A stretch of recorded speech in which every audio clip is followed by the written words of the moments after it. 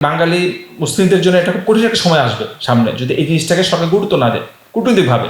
বিপুল সংখ্যক বাঙালি ধর্মকে আক্রমণ করে আজকে ইউরোপ আমেরিকা মাটিতে সেটেল হয়েছে, এবং তার মনে করা যাচ্ছে আর যেন কোনো বাঙালি মুসলিম ওই দেশে না যেতে পারে, এবং তারা পুরো জাতির বিরুদ্ধে দাঁড়িয়েছে। জার্মানি কোলন শহরে মুসলমানদেরকে আজান দেওয়ার অনুমতি দিচ্ছে। হোসেন বলছে মুসলমানরা জার্মানিতে আসবে, জার্মান শহর দখল করবে, জঙ্গিবাদ উগ্রবাদ গ্রাস করবে, ভিসা অফিস বলেন, কূটনৈতিক অফিস বলেন, সেখানে কেউ তার প্রচারণা চালাচ্ছে। এই আসিম মহিউদ্দিন, আসাদুর, এই গঙ্গুলি মুক্ত মনতে এদের চেয়ে আমরা বেশি। এটা এই যুগে না, ইসলামের যে স্বর্ণযুগ, খেলাফা রাশিদিন বলেন, উমাইয়া আব্বাস, ওসমান খেলাফা, সকল সময় এমনকি ভারতের যে দীর্ঘ 800 বছর মুসলমান শাসন করছে, কোনদিন বলতে পারবেন না যখন মুসলিম শাসক হিন্দুদের ধর্মচর্চা করতে নিষেধ করছে।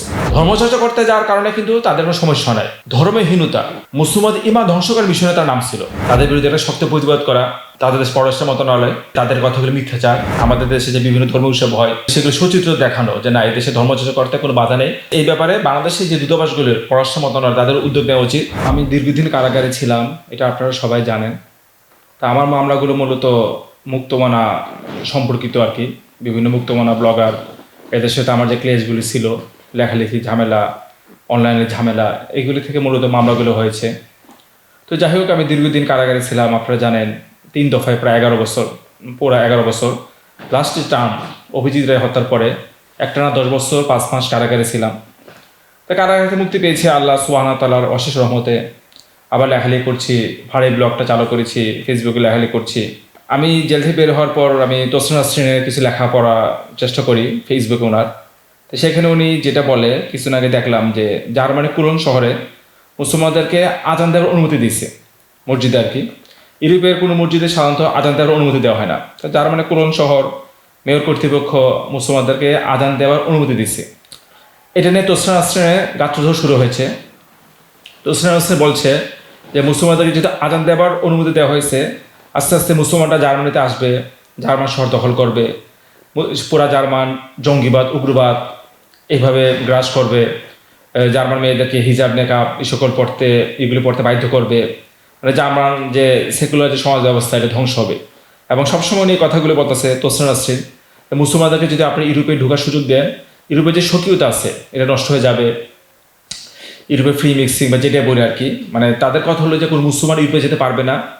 আর যদি ভুলক্রমে ইউরোপে ঢুকেও যায়, তার মেধার যোগ্যতা বলে, তাহলে তাদেরকে অবশ্যই ইউরোপ থেকে বের করে দিতে হবে। এটা সে তোসরার কথা না, আসিম মহিউদ্দিন বলেন, আসাদুর বলেন, যারা আছে বর্তমানে সবাই সবসময় এই কথাগুলো বলছে যে মুসলমানদেরকে কখনো ইউরোপ আমেরিকায় ঢোকার সুযোগ দেওয়া যাবে না। তো এদের লেখাগুলো কিন্তু মোটামুটি ওইসব দেশের যারা শিক্ষিত লোক আছে তারা পড়ে, কারণ তারা তৃতীয় বিশ্ব দেশ থেকে ওইসব দেশে পাড়ি দিয়েছে। এবং তারা যেটা বলে যে আমরা ফ্রি থিঙ্কিং মুক্তিযুদ্ধ করতে চেয়েছিলাম, কিন্তু বাংলাদেশ আমাদেরকে এই চিন্তা করার সুযোগ দেয় নাই, এই জন্য আমরা যান বাঁচানোর জন্য তোমাদের দেশে এসেছি। যা আসলে কি তার ফ্রি থিঙ্কার কিনা আমরা একটা সহজ উদাহরণ দিচ্ছি। আমাদের দেশে সকল ধর্মাবলম্বী লোকের আছে, হিন্দু আছে, বৌদ্ধ আছে, খ্রিস্টান আছে। এই যে প্রতি বছর দুর্গাপূজা হয় এত জাঁকজমক সহকারে, কোনো দিকে দেখছেন যে কোন মুসলমান গিয়ে পূজা করতে বাধা দিয়েছে কাউকে, বা কোন মন্দিরে হামলা করছে? বিচ্ছিন্নভাবে একটা ঘটনা ঘটতে পারে, এলাকাটা বাটপার রাজনৈতিক কারণে, সামষ্টিকভাবে এটা কেউ কখনো বলতে পারবে না যে মুসলমানরা কখনো, বাংলাদেশের মুসলমানরা কখনো কাউকে ধর্মচর্চা করতে বাধা দিচ্ছে। এই যে পেগুড়া আছে, বৌদ্ধদের মঠ আছে, খ্রিস্টানদের গির্জা আছে, এই যে কাকরের মসজিদের পাশে কত বড় গির্জা, কোনো দিকে বলতে পারবে যে কোনো হিন্দু বৌদ্ধ খ্রিস্টান তো ধর্মচর্চা করতে পারে নাই, বা তার উৎসব যেটা আছে তাদের ধর্মীয় উৎসব সেটা উদযাপন করতে পারে নাই? কখনো এ কথা বলতে পারবে না। তাহলে তাদের সাথে এই ঝামেলাটা কি হলো? মুক্তমানাদের সাথে তারা গায়ে পরে ঝগড়া করেছে, তারা ইচ্ছা করে মসজিদের সামনে এসে বা মুসলমানদের সম্মুখে এমন একটা কথা বলছে যেটা মুসলমান ধর্মের মধ্যে আঘাত করছে, আল্লাহ রাসূলকে নিয়ে, আল্লাহ রাসূলের সম্মানিত স্ত্রী উম্মুল মুমিনদেরকে নিয়ে, এইভাবে আর কি ইচ্ছা করে। এবার এইগুলি তারা প্রকাশ্যে কথা বলছে, লেখালেখি করছে, পত্রিকা বের করার চেষ্টা করেছে, বই লেখছে। এর ফলে স্বাভাবিকভাবে মুসলমানরা খুব দিয়েছে তাদের প্রতি। এরপর বিভিন্ন সময় বিচ্ছিন্ন ঘটনা ঘটছে। এই জিনিসগুলিকে তারা বেস করে বিভিন্ন এমবেসিতে অ্যাপ্লিকেশন করে অ্যাসাইলামের জন্য, যে আমি এখানে নিরাপত্তাহীনতা আছি, আমাকে এরা মেরে ফেলবে, তোমরা আমাকে আশ্রয় দাও। কিন্তু কথা হলো যে তুমি বিপদে পড়লা নিজের কারণে, কিন্তু এই দেশে যে বাংলাদেশে যে এত শত শত হিন্দু মুসলিম বৌদ্ধ খ্রিস্টান আছে, তাদের তো কোনো বিপদ হচ্ছে না, তারা তো প্রতি বছর তার ধর্মীয় উৎসব পালন করছে। তাহলে তুমি এই বিপদ তোমার নিজের ঘাড়ে ইচ্ছা করে আনছো, তুমি নিজে মুসলমানদেরকে উস্কাই দিচ্ছ। এবং এটা ফৌজদের কার্যবিধি, সিআইপিসি, ক্রিমিনাল প্রসিডিউর কোড, সেই হিসাবে তো অপরাধ করছো। ব্রিটিশ যে আইন আছে যে কারো ধর্মনবীতে আঘাত আনা, উদ্দেশ্যমূলকভাবে তাকে আক্রমণ করা, এবং তারা কিন্তু এগুলো করে ইউরোপ আমেরিকায় ঢুকছে। তাহলে এখন যদি আমি বলছি যে মুক্ত মনতে এদের চেয়ে আমরা বেশি, কারণ আমরা মুসলমানরা দেখেন সবাইকে তাদের ধর্ম চর্চা করার সুযোগ দিই, কখনো কোনো বিধর্মীকে আমরা আক্রমণ করি না। এটা এই যুগে না, ইসলামের যে স্বর্ণযুগ, খেলাফা রাশিদ বলেন, উমাইয়া আব্বাস, ওসমান খেলাফা, সকল সময়, এমনকি ভারতে যে দীর্ঘ 800 বছর মুসলমান শাসন করছে, কোনোদিন বলতে পারবেন না যখন মুসলিম শাসক হিন্দুদের ধর্মচর্চা করতে নিষেধ করছে। এমনকি সতীদাহ প্রথার মতো জঘন্য অনাচার এই ভারতের বুকে হয়েছে। মুসলমানরা এটা বন্ধ করছে, চেষ্টা করছে, ধর্মীয় কারণ হয়তো কিছু অনেকটা পারে নাই, কিন্তু এটাও চলছে। কিন্তু বাদশাহ আওরঙ্গজেব লিখিতভাবে ফরমান জারি করে সতীদাহ প্রথা বন্ধ করেছিল। মুঘল বাদশাহ হুমায়ুন সতীদাহ প্রথার ব্যাপারে এই ফরমান জারি করেছিল যে কোনো মেয়ে যদি স্বেচ্ছায় না যেতে চায় সহমরণ প্রথা, তাহলে তাকে নেওয়া যাবে না। মানে এই জঘন্য প্রথাও কিন্তু মুসলমানরা হিন্দুদের আজ পালন করতে দিয়েছে। তো কোনো কালে বলতে পারবে না কোনো মুসলিম শাসক, এই আধুনিক যুগ হোক, মধ্যযুগ হোক, বা আল্লাহ রাসূল যে সময়গুলি, সাহাবীদের সময়গুলি, কখনো মুসলমানরা কারো ধর্মচর্চা করতে বাধা দেয় নাই। কিন্তু দেখা গেছে তারা ধর্মচর্চা করতে আসে নাই, মুক্তমনারা তারা ধর্মহীনতা চর্চা করতে গেছে। ধর্মচর্চা করতে যাওয়ার কারণে কিন্তু তাদের কোনো সমস্যা নাই। ধর্মহীনতা মুসলমানদের ইমান ধ্বংসকারী মিশনে তার নাম ছিল, মানে মুসলমানদেরকে নাস্তিক বানানো তাদের মতো। লেস কেটে শিয়াল যেরকম নিজের লেস যখন দেখে যে আমার লেস কেটে গেছে, তখন সে চায় কি সকল শিয়ালের লেস কাটুক। তারা তাদের ইমান হারাইছে, তারাও চাচ্ছে যে আমরাও যেন ইমান আর হই। মূলত নিজেরাই ইচ্ছা করে ঝামেলা করছে আমাদের সাথে, এবং এটাকে বেস করে পুঁজি করে তারা এইসব দেশে পাড়িয়ে দিচ্ছে। এবং এখন যে তারা প্রচারণা চালাচ্ছে যে মুসলমানরা সন্ত্রাসী, জঙ্গি, মুসলমানদের কারণে আমরা এই দেশে আশ্রয় নিচ্ছি, এখন তোমরা যে মুসলমানদের ইউরোপ আমেরিকা আশ্রয় দাও, আস্তে আস্তে ইউরোপ আমেরিকা ধ্বংস হয়ে যাবে। এদের প্রচারণার কারণে সবচেয়ে যে সমস্যা হচ্ছে প্রবাসী মুসলিম ভাইদের। অনেক প্রবাসী ভাই আমাদের যারা কষ্ট করে ইউরোপ আমেরিকা পাড়ি দিয়েছেন, অনেকে বৈধভাবে গেছেন, কিন্তু বৈধভাবে গেলেও আপনারা জানেন তাদের একটা ভিসা মেয়াদ থাকে অল্প সময়, 6 মাস 1 বছর, এরপর এটা রিনিউ করতে হয়। অনেক ভাই অবৈধভাবে গেছেন সমুদ্র পাড়ি দিয়ে অনেক কষ্ট করে, ফলসে যেটা হচ্ছে যে যারা বৈধভাবে গেছেন তারা এটা রিনিউ করতে পারছেন না। রেসিডেন্ট পারমানেন্ট যেটা আর কি স্থায়ী বসবাস অনুমতি, সেটা ওনারা পাচ্ছেন না।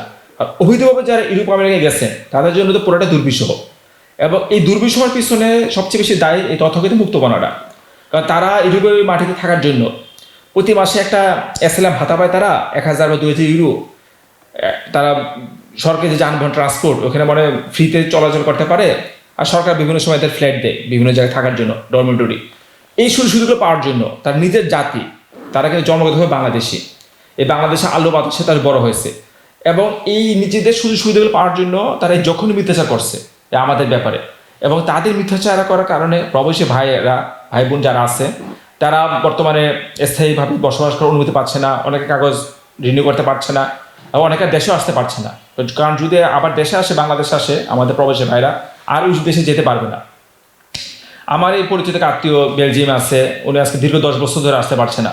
কারণ উনি যদি আবার বাংলাদেশে আসেন আর বেলজিয়ামে যাওয়ার সুযোগ পাবেন না, ওনার কাগজপত্র ঝামেলা আছে, এরকমভাবে সবার এরকমভাবে সমস্যা আছে।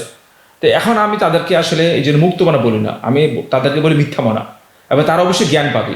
কারণ তারা এই বাংলাদেশে জন্মগ্রহণ করেছে, এই বাংলাদেশে আলো মাটি বাতাস, এখানে তারা বড় হয়েছে। নিজেদের সাময়িক স্বার্থ সিদ্ধির জন্য ধর্মকে আক্রমণ করে আজকে ইউরোপ আমেরিকায় পাড়ি দিয়েছে, অ্যাসাইলাম পেয়েছে। এরপরে এদের মন শান্তি হয় না, নিজেদের অ্যাসাইলামটা যেন টিকে রাখার জন্য মিথ্যা প্রচারণা চালাচ্ছে নিজের জাতির বিরুদ্ধে, যে আমরা বাংলাদেশের জঙ্গি, সন্ত্রাসী, মিলিটেন্ট, আমরা মুসলিমদেরকে যদি ইউরোপ আমেরিকায় যা সুযোগ দেওয়া হয় ইউরোপ আমেরিকা ধ্বংস হয়ে যাবে। এবং এই মিথ্যা প্রচারণার কারণে শত শত প্রবাসী ভাইয়েরা বোনেরা ইউরোপ আমেরিকায় খুবই কষ্টের মধ্যে আছে। এবং পশ্চিমা বিশ্বের একটা বিতর্ক সমাজ যারা আছে, আগে হোসেন আসছেন, অভিজিৎ রায়কে খুব গুরুত্ব দিত আর কি। কারণ যেহেতু তারা তৃতীয় বিশ্বের দেশ থেকে এসেছে, থার্ড ওয়ার্ল্ড কান্ট্রি, নিজেদেরকে ফ্রি থেকে বলেছেন, ফলশ্রুতিতে তাদের একটা কথা গুরুত্ব আছে ওইসব দেশে, মিডিয়ায় বলেন, পশ্চিমা বিশ্বে তারা যেটা বলে তারা সেটাই বুঝে। মানে তোসরা এখন যেটা বলতেছেন যে আমরা সবাই সন্ত্রাসী, জঙ্গি, এবং তারা কিন্তু এটাকে মেনে নিচ্ছে, ঠিক আছে। এবং তারা কিন্তু নিজের জাতির সাথে বিশ্বাসঘাত করছে, প্রতি মুহূর্তে তারা ধর্মের সাথে বিশ্বাস করছে, নিজের জাতির সাথে বিশ্বাসঘাত করছে। এবং তাদের এই অপপ্রচার কারণে আমাদের প্রবাসী ভাইয়েরা খুবই কষ্টে আছে। এই জন্য অবশ্যই এদেরকে সামাজিকভাবে বয়কট করা উচিত, এদের কোনো লেখা না পড়া উচিত, এদেরকে বই না পড়া উচিত, এবং সরকার উচিত এটার ব্যাপারে শক্ত একটা ব্যবস্থা নেওয়া, যে তাদের যে মিথ্যা প্রচারণার বিরুদ্ধে যে না, এবং এটা সুন্দরভাবে বুঝিয়ে বলা যে বাংলাদেশে কখনো কারো ধর্মচর্চা করতে কোনো অসুবিধা হচ্ছে না, প্রত্যেক বিধর্মী তাদের ধর্মচর্চা করতে পারছে, কেউ কখনো বাধা দিচ্ছে না। আর তারা ধর্মচর্চা করতে চায় না, তারা ধর্মহীনতা চর্চা করতে চাইছে। যারা মুক্ত মনা।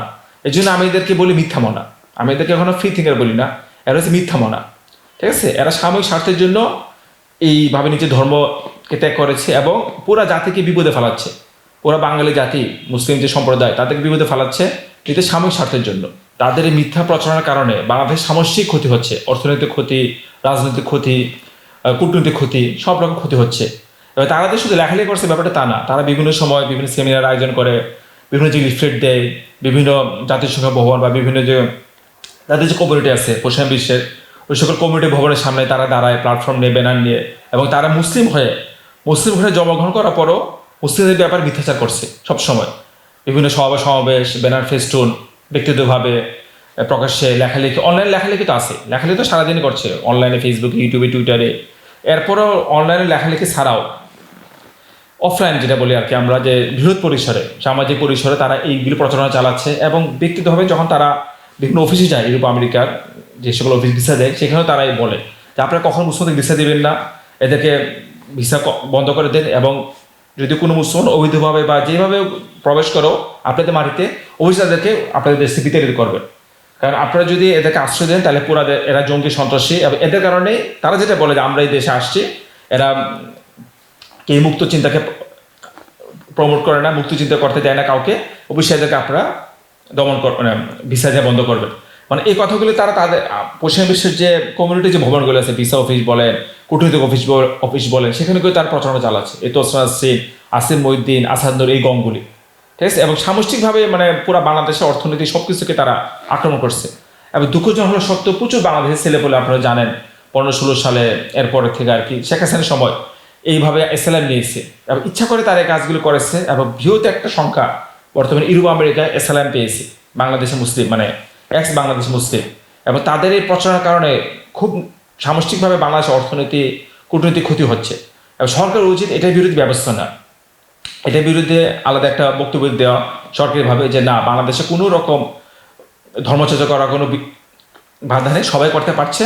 এবং তারা মূলত ধর্মনীতি চর্চা করতে যে ইচ্ছা করে তারা আজকে এই কাজগুলো করেছে, যেটা ফৌজদারি অপরাধ। বাংলাদেশ সরকার উচিত যে জার্মানিতে বলেন, কানাডায় বলেন, সুইডেনে বলেন, যে এমবিসিগুলো আছে, সেই এমবিসিগুলোর মাধ্যমে তাদের বিরুদ্ধে একটা শক্ত প্রতিবাদ করা, তাদের দেশ পররাষ্ট্র মন্ত্রণালয়, ঠিক আছে, যে তাদের কথাগুলো মিথ্যাচার, এবং আমাদের দেশে যে বিভিন্ন ধর্ম উৎসব হয় এবং সেগুলো সচিত্র দেখানো যে না, এই দেশে ধর্মচর্চা করতে কোনো বাধা নেই, মুসলমান কেউ মিলিটেন্ট না, কেউ সন্ত্রাসী না। ঠিক আছে, এই ব্যাপারে বাংলাদেশের যে দূতাবাসগুলোর পররাষ্ট্র মন্ত্রণালয়, তাদের উদ্যোগ নেওয়া উচিত। এবং এই জিনিসগুলো যদি তারা হেলাফেলা করে তাহলে ভবিষ্যতে আরও কঠিন সময় আসবে, বাঙালি মুসলিমদের জন্য এটা খুব কঠিন একটা সময় আসবে সামনে, যদি এই জিনিসটাকে সরকার গুরুত্ব না দেয় কূটনৈতিকভাবে। বিপুল সংখ্যক বাঙালি মিথ্যা কথা বলে, মিথ্যা ইসলামের নাম করে ধর্মকে আক্রমণ করে আজকে ইউরোপ আমেরিকা মাটিতে সেটেল হয়েছে। এবং তার মনের পরে যাচ্ছে আর যেন কোনো বাঙালি মুসলিম ওই দেশে না যেতে পারে, এবং তারা পুরো জাতির বিরুদ্ধে দাঁড়িয়েছে। এবং এই জন্য অবশ্যই পড়াশোনা মতো উচিত শক্ত একটা ব্যবস্থা নেওয়া এইসব তথাকথিত মুক্ত মানা ফ্রি থিঙ্কার, জ্ঞান পাপীদের বিরুদ্ধে।